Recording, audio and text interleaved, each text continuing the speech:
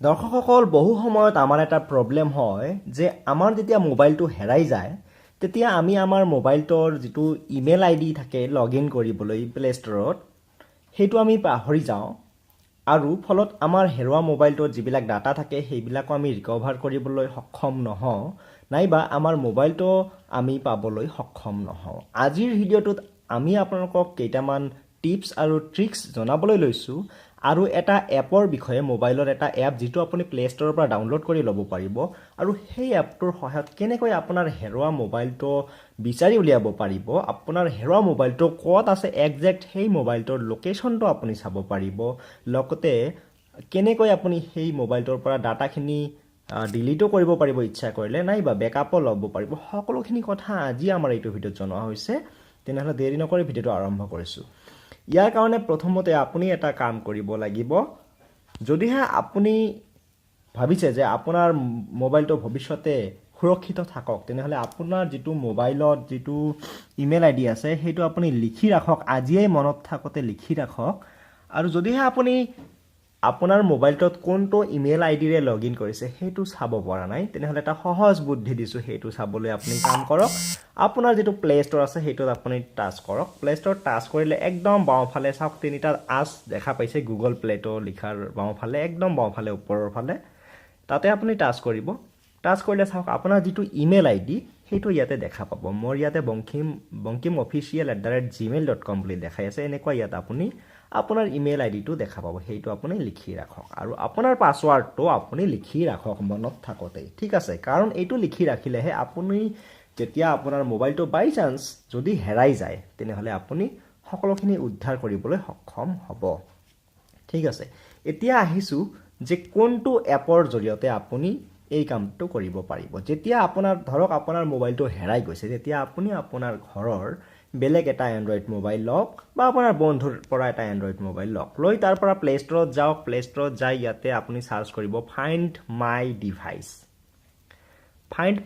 search কৰিলে এইটো app ওলাই আহিব যিটো এপ কোনো থাৰ্ড পাৰ্টি এপ নহয় এইটো গুগলৰ এপ ঠিক আছে গুগল ফাইণ্ড মাই ডিভাইচ বুলি আছে এই এপটো ইনষ্টল কৰি ল'ব মোৰ অলৰেডি ইনষ্টল কৰাই আছে গতিকে মই এই এপটো অপেন কৰি ল'ম এপটো যেতিয়া অপেন কৰিব তেতিয়া চাওক প্ৰথমতে ইয়াতে আপোনাৰ যিটো ইমেইল আইডি সেইটো বিচাৰিব ঠিক আছে আপুনি ইয়াতে ইমেইল আইডিটো লিখি দিব নাইবা আপোনাৰ বন্ধুজনৰ ইমেইল আইডিটো দিব প্ৰথমতে দি কণ্টিনিউ কৰিব নাইবা চাইন এজ এ গেষ্ট কৰিব ঠিক আছে মই কণ্টিনিউ কৰিছোঁ এজ এ বংকিম চন্দ্ৰ বৰ্মন তাৰপিছত যদিহে আপুনি আপোনাৰ বন্ধুৰ ইমেইল আইডিটো দিয়ে তেনেহ'লে আপোনাৰ বন্ধুক ইয়াতে পাছৱাৰ্ডটো টাইপ কৰিবলৈ ক'ব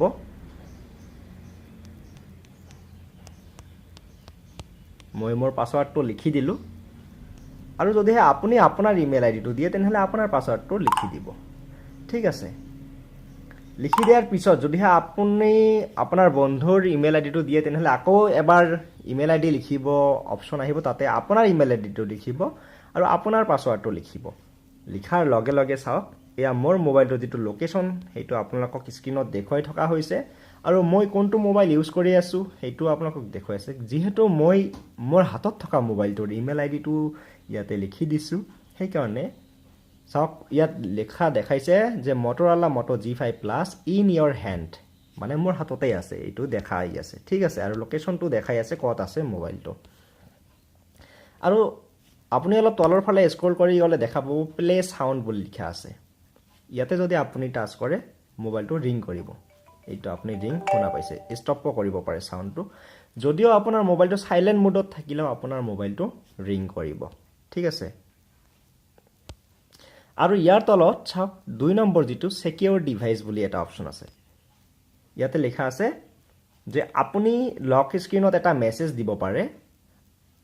ধৰক এজন মানুহে আপোনাৰ মোবাইলটো পাইছে আপুনি ইয়াত লিখক যে please kindly return my mobile আৰু ফোন নম্বৰো দিব পাৰে আপোনাৰ যাতে মানুহজনে আপোনাক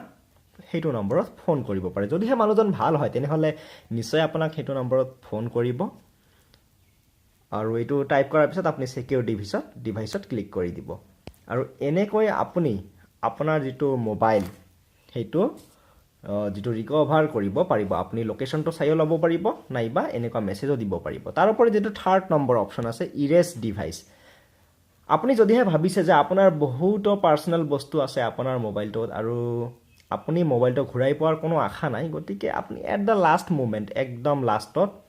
আপুনি ইচ্ছা কৰিলে ইয়াতে ইৰেজ ডিভাইচ কৰি দিব পাৰে ইয়াতে ক্লিক কৰিলে আপোনাৰ মোবাইলত যিখিনি ডাটা আছে গোটেইখিনি মছা যাব একদম ডিলিট হৈ যাব আৰু আপোনাৰ মোবাইলটো যিয়ে পাইছে তেওঁ মোবাইলটো লকটো খুলিব পাৰিলেও আপোনাৰ মোবাইলৰ কোনো ডাটাই ব্যৱহাৰ কৰিব নোৱাৰিব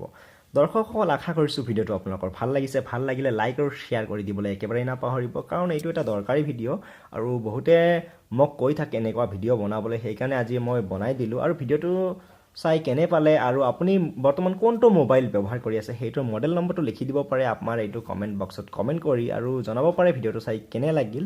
আৰু এতিয়ালৈ যদি আপুনি আমাৰ চেনেলটো সাবস্ক্ৰাইব কৰা নাই ভিডিওৰ তলত চাক ৰঙা সাবস্ক্ৰাইব বুলি লিখা আছে তাতে ক্লিক কৰি দিব এটা একদম ফ্ৰী হয় আৰু ওচৰতে থকা বেল বা ঘণ্টাৰ ছবি এটা আছে তাতেও ক্লিক কৰি দিব আৰু এইটো অন কৰি ল'ব কাৰণ সেইটো অন থাকিলেহে